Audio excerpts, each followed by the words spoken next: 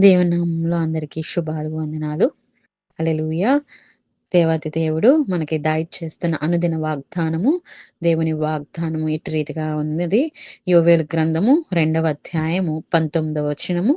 యోవేలు గ్రంథము 2వ అధ్యాయం 19వ వచనంలో దేవాదేవుడు మనకిస్తున్న వాగ్దానం చూసుకున్నట్లయితే, మీరు తృప్తి నొందినంతగా నేను ధాన్యమును, క్రొత్త ద్రాక్షారసమును, తైలమును మీకు పంపించెదను. హల్లెలూయా!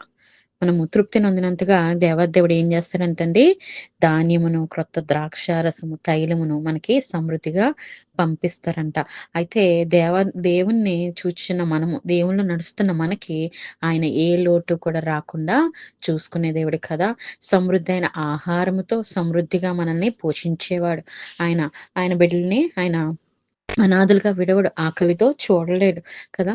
తృప్తి నొందినంతగా మనకి ఎంతైతే అవసరమో, ఎంతైతే మనం తృప్తి పడతామో అంతగా ఆయన మనకి సమృద్ధిగా దయచేసే దేవుడై ఉన్నాడు. కాబట్టి ఆయనలోనే మనం నిరీక్షించి, ఆయన ఇచ్చే ఈవులను పొందుకోవడానికి మనము తొందరపడేవారిగా ఉండాలి.